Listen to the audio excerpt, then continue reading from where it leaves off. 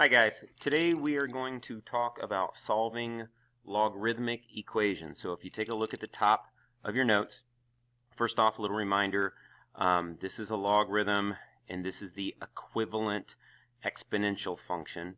A lot of times when we solve logarithms, this is what we're going to do. We're going to take a log function, we're going to rewrite it as an exponential. We'll talk about that in a little bit. One thing to notice about logarithms and exponentials. The a in an exponential has to be positive. So if this is positive, whenever you take this to a power, this x is always going to be positive as well. Well, that x would be this x right here. So that x always will be positive. Okay, you cannot take the log of a negative. So when we're solving equations, if we get an x value that's negative, we're going to have to check and see if this entire expression will be negative, because if so, then that's an answer we're going to have to discard. All right, we'll talk about that as we go through the problems. All right, so there's kind of two situations you're going to run into. Either we're going to have a log equals, and then there'll be like a number over here that's not a logarithm. And if that's the situation we're in, then we're going to rewrite as an exponential, and then we'll solve it. Or we're going to have a log on the left, like the entire left side is a logarithm, the entire right side is a logarithm, and if that's the case, the only way that these two expressions can be equal to each other, if this log and this log are identical, would be if this m and this n are identical. So if we're in this situation, we can just let these two logs cancel each other out, set the m and the n equal, and then solve this little equation. And you'll see that happen as well. All right, so those are our rules. Let's solve some equations. So very first example, log base 3 of 4x minus 7 equals 2. This is kind of our first situation here where we've got one logarithm. So let's just rewrite this as an exponential. This base to this power. So 3 to the second power equals, and then the 4x minus 7. That's it. That is now an algebra problem to solve. 3 squared is 9. We're going to add 7 to both sides. And then divide by 4.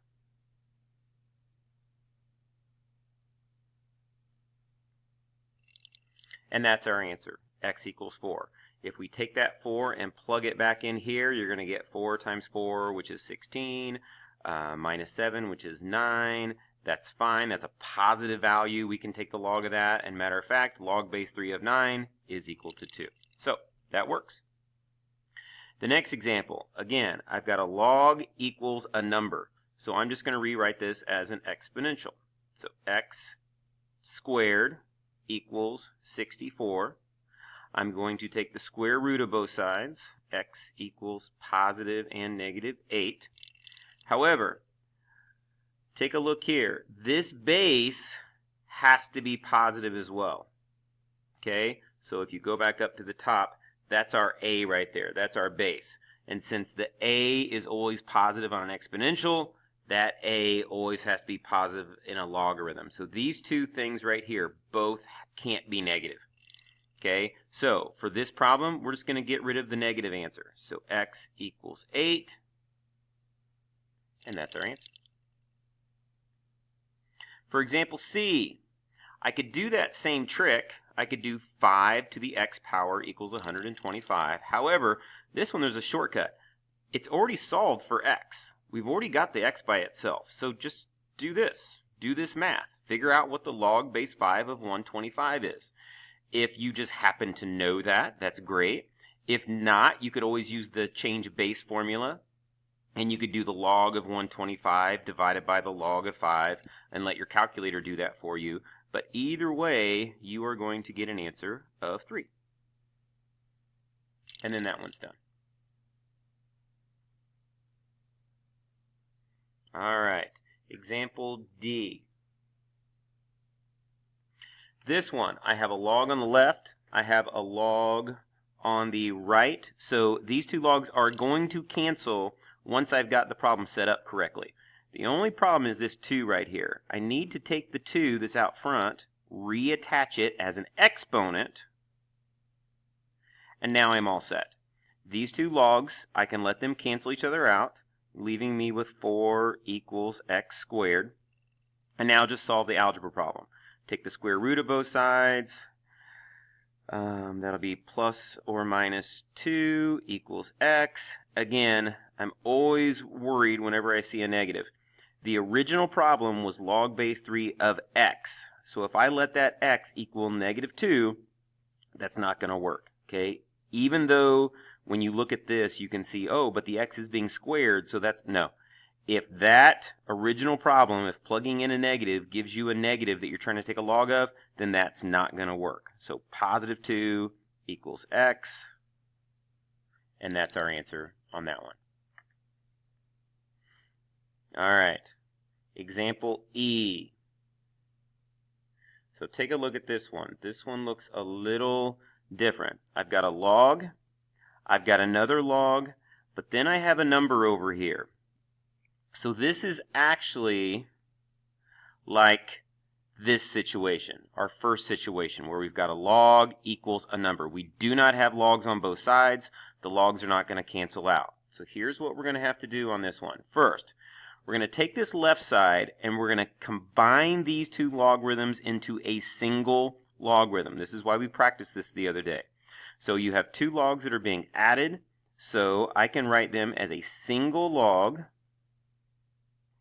where the two things that I'm taking the log of are being multiplied. X plus 6, x plus 2 equals 1. Okay, that's why we did that the other day. So now I've got a single logarithm equals some number. I can rewrite this as an exponential, which is how you're supposed to solve this when you just have a log on one side. So I can rewrite this as an exponential, so it's going to be 5 to the first power equals this. Now, I'm going to do a couple things here. First off, I'm going to simplify this, and I'm going to move that 5 to the other side. So over here, I'm going to get 5 to the first power. But over here, let me go ahead and FOIL this out and see what it's going to equal. So x times x, x squared. I'm going to get x times 2, which is 2x. I'm also going to get 6 times x, which is 6x. So altogether, I'm going to have an 8x here. And then a 12. Now, I'm just going to solve this quadratic. I need to get everything to the left, everything to one side. So I'm going to subtract 5. That's 5 to the first. That's just a 5. So I'm going to subtract 5 from both sides. X squared plus 8x plus 7 equals 0. I'm going to now refactor this, because if you've got a quadratic set equal to 0, you want to factor it. So x, factors of 7 that add up to 8 would be 7 and 1. So x equals negative 7 would make that one equal 0, and negative 1 would make that one equal 0. All right, so there's our answers, negative 7 and negative 1. But if you go back and look at the original problems, if I put a negative 7 right here, I'm going to get negative 7 plus 6, which is negative 1. I cannot take the log of a negative. If I put the negative 1 in, what's going to happen? If I put a negative 1 here, I'm going to get negative 1 plus 6, which is positive 5. That's okay. If I put the negative 1 over here, I'm going to get negative 1 plus 2. That's positive 1. That's okay. So the negative 1 actually works. That's our answer. The negative 7 does not. If you look at this, I've got the log of x plus 6. This has a domain restriction. Since this can't be negative, this x plus 6 has to be greater than 0. That means this says that x would have to be greater than negative 6. This one over here, x has to be greater than negative 2. So if you take a look at both of these, this one works. Okay, negative 7 is not greater than negative 6 or negative 2. It's less than. But negative 1 fits both of these criteria. All you really have to do is fit this one.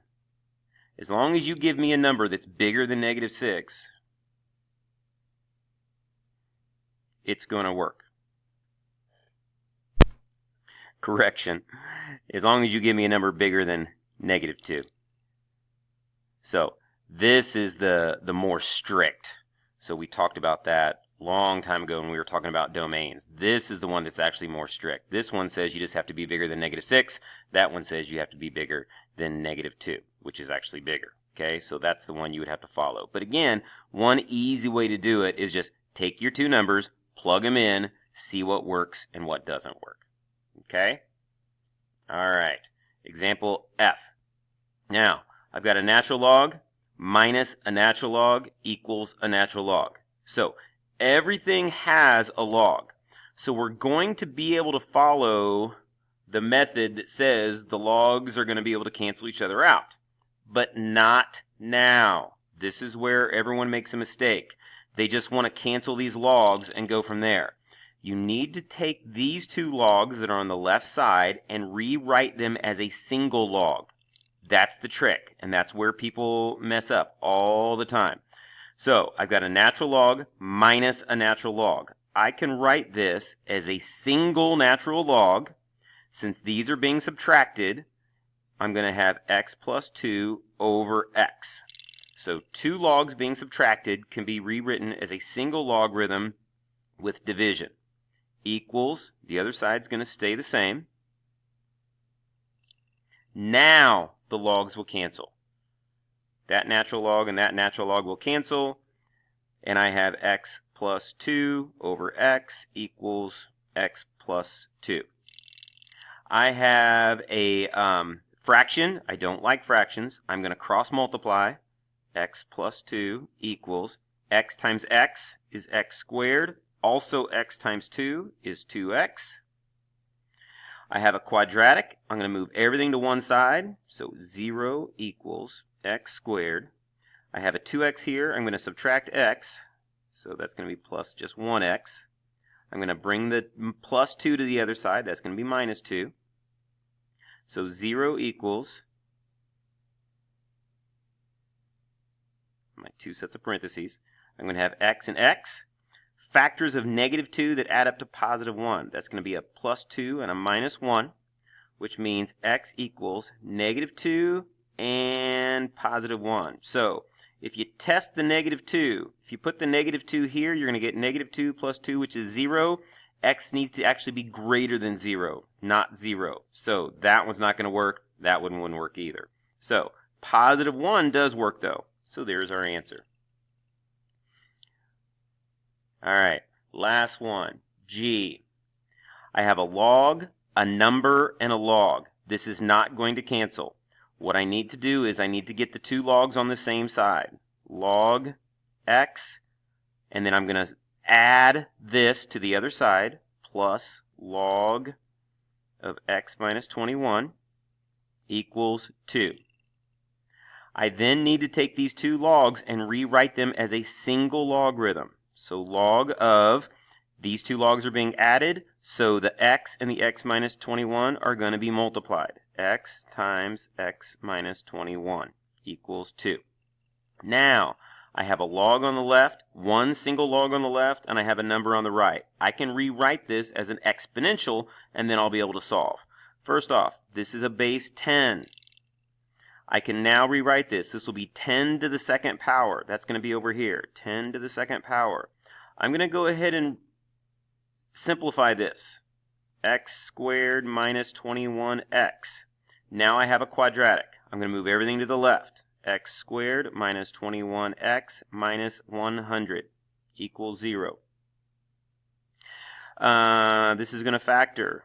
Factors of -100 that add up to -21 are going to be minus 25 and plus 4, which means x equals 25 or -4. Again, if you check, -4 is not going to work. You put -4 here or here, and you're going to be taking the log of a negative. So x equals 25. That is our one and only answer.